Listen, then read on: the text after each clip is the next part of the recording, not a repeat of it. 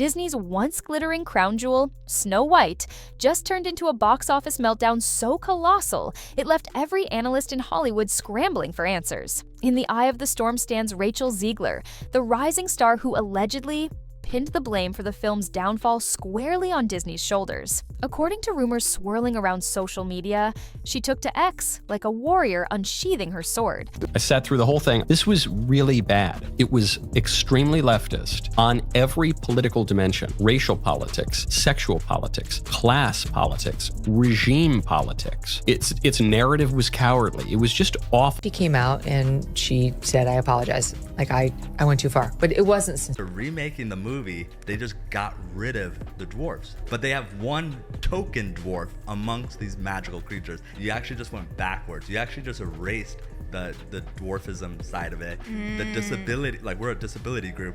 You just erased that whole. Who wants a movie about true love? What kind of woman do we want out there seeking true love, Eliana? It's the outrage. Controversy in Snow White. The dwarves have been eliminated in the live action. Yeah. Now it's Snow White and the 7 magical beings. Wait, it's 7 and the magical beings. Yeah, They won't even 7 say magical and the 7 beings. dwarves. No, because they're not dwarves. For right now, that's the only jobs that are there. To call out what she views as Disney's flawed decisions. That alone poured gasoline on an already explosive situation. People now argue that the actress's outspoken nature did more harm than good, intensifying a controversy no one saw coming. The film's underperformance is staggering, the fans are furious, and the entire entertainment world is fixated on the chaos. And you know the saying, go woke, get broke, and Disney's gonna lose money on this movie, and I believe it only made less than $1 million. Into this, the first villain Disney ever had. It's really getting myself into this big crown.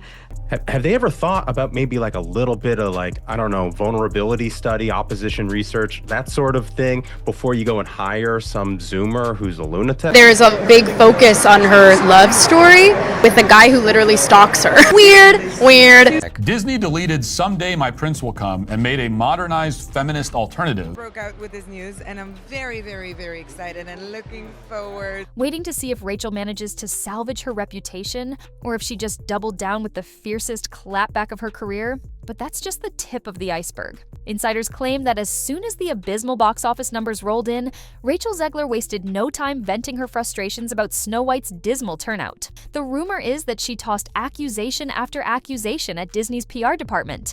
They say all you have to do to make your wish come true is let it echo, echo, echo, echo.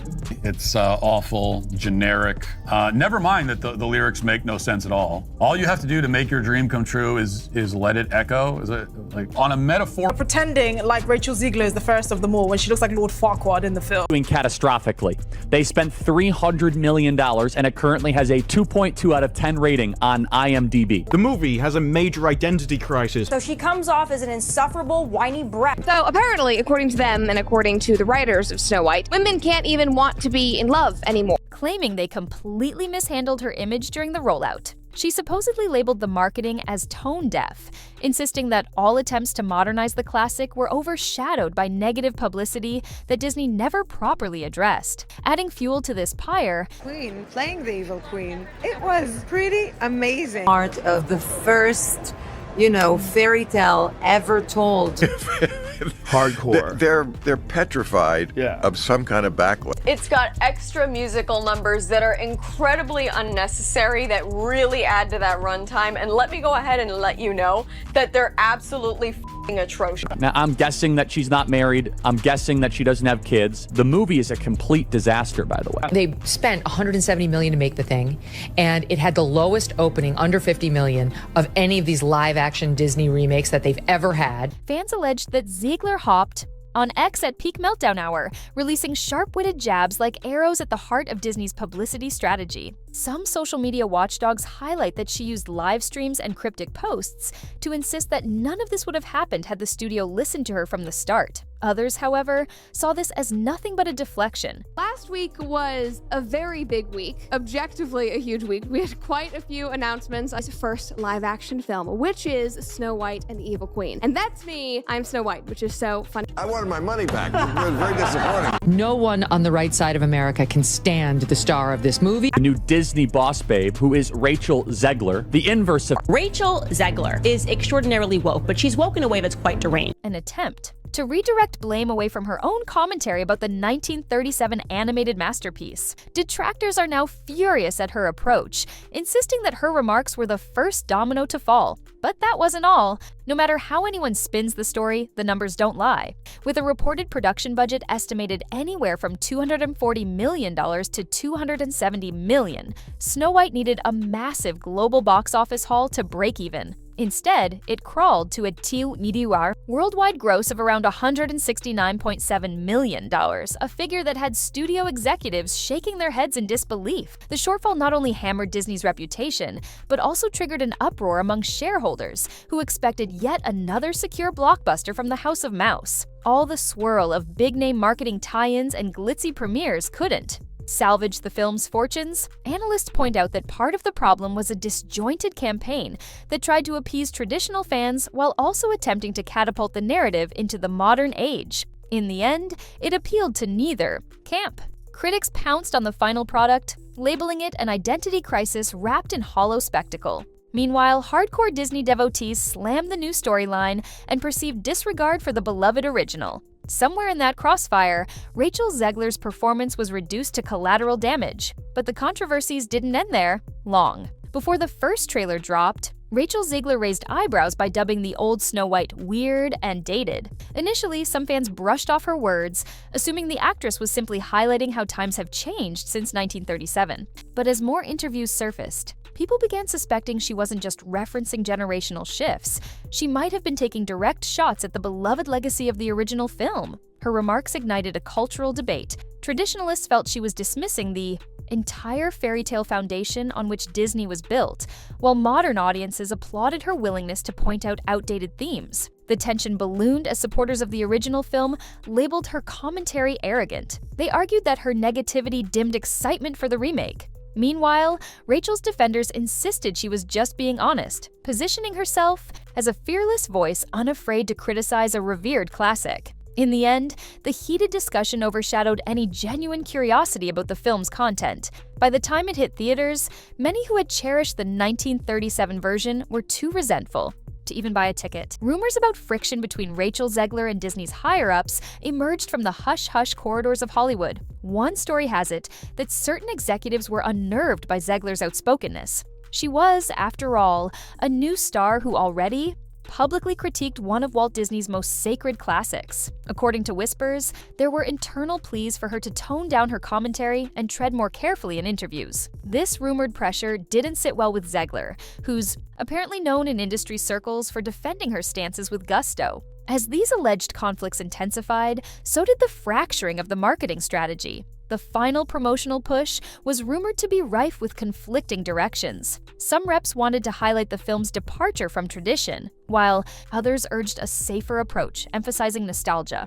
The result? A marketing mishmash that further baffled audiences, while behind-the-scenes turmoil cast a shadow over the entire production, but the fiasco extended beyond corporate scuffles. In a bizarre twist, critics began pointing out that the film's production left an even bigger carbon footprint than the latest Fast and Furious blockbuster. Various outlets reported that building extravagant sets, deploying high-wattage lighting for extended periods, and lavish location shoots sent the film's emissions soaring.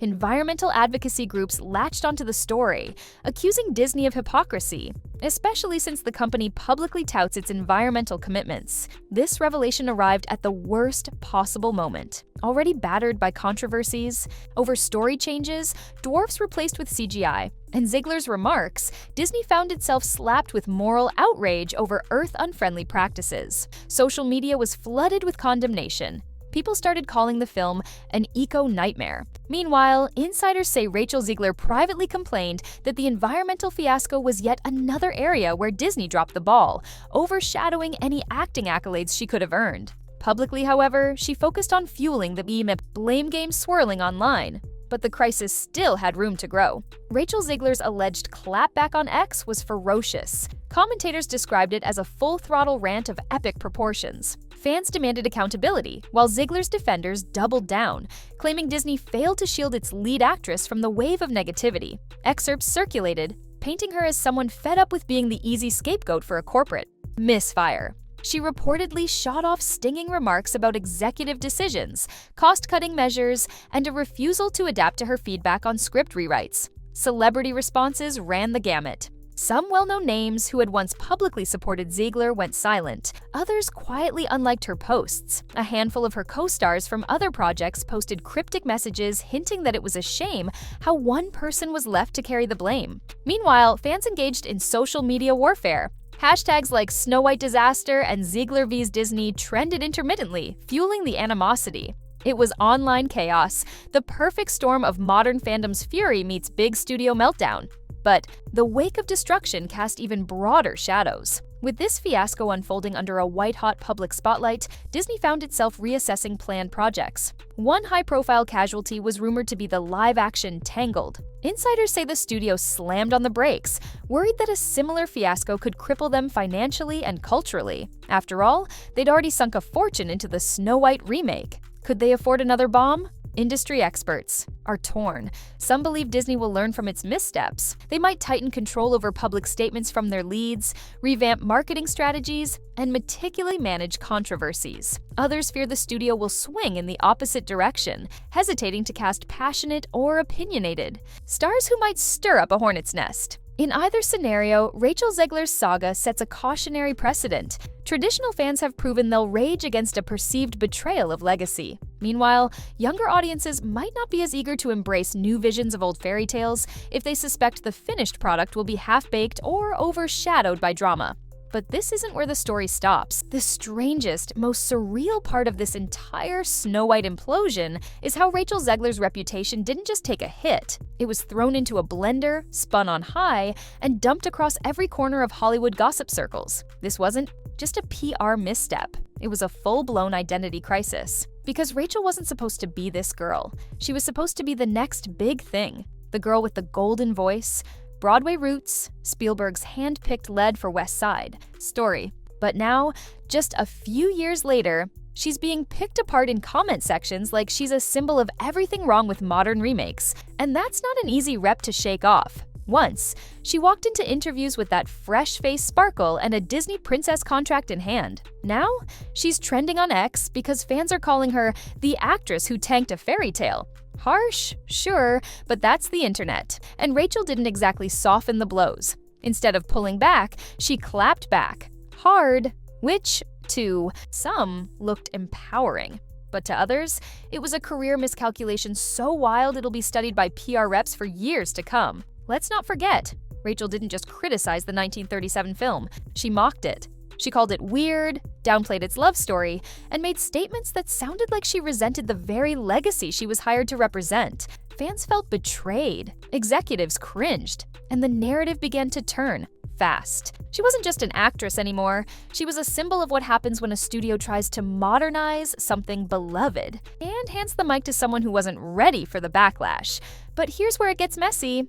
Because as the Disney fallout exploded, so did the rumors. Whispers inside the industry suggest some casting directors have quietly removed her. Name from shortlists, not because she lacks talent, but because the drama now follows her like a shadow. Studios are reportedly nervous she might go off script again, that she'll slam the source material mid-press tour, that she'll tweet something explosive hours before a premiere. One executive reportedly told a film blogger that hiring Zegler now means your movie becomes a referendum on her brand, not your story. Brutal. Yet Hollywood isn't just ruled by fear, it's also addicted to chaos. And Zegler brings both. On the flip side, there are studios, smaller, grittier, more experimental, who see all this drama as marketing gold.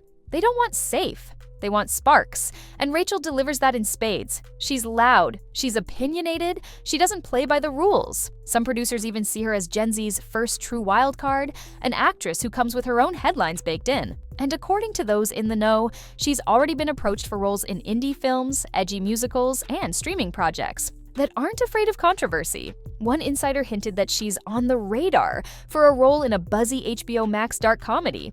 Another claimed she's circling a role in a Broadway revival where casting someone divisive is exactly the point. So is she canceled? Not even close. But is she box office poison? That's the million-dollar question. What's wild is how much Rachel's entire brand has mutated in less than 2 years. She was once seen as the industry's golden girl. Now, she's being called reckless, arrogant, even anti-Disney. There's fan art of her as a villain, TikToks that mock her interviews, threads accusing her of sabotaging her own film. And yet, at the same time, there are young fans defending her like she's a misunderstood icon fighting a broken system. It's a full-blown cultural split, and in the middle of it all, Rachel herself, still posting, still auditioning, still fighting to control her narrative. Insiders say her team is scrambling behind the scenes. There's buzz that she's switching publicists, that new handlers are being brought in to reframe her next move. Some say she's planning a comeback through music, aiming to drop a debut album that recenters her as a vocal powerhouse rather than a controversial actress. Others believe she's quietly lobbying for a second shot with a major streaming service, possibly Netflix or Apple TV Plus, in a dramatic lead role meant to remind audiences of her raw talent. The strategy? Pivot the conversation away from Snow White and back toward her strengths. But here's the reality check. Reputations in Hollywood are fragile. One wrong quote, one viral meme, one tone-deaf tweet, and you're toast. For Zegler, every post is now under a microscope. Every casting announcement is dissected. Every fan interaction is screen-capped and reanalyzed by both her defenders and her critics. It's a circus, and she's the reluctant ringleader. When the dust finally settles on Disney's Snow White remake, the entire industry will have learned a harsh lesson in accountability, communication, and respecting the past. Rachel Zegler's alleged blame game might stand as a prime illustration of what happens when an ambitious reimagining collides with fan loyalty for a near-sacred original.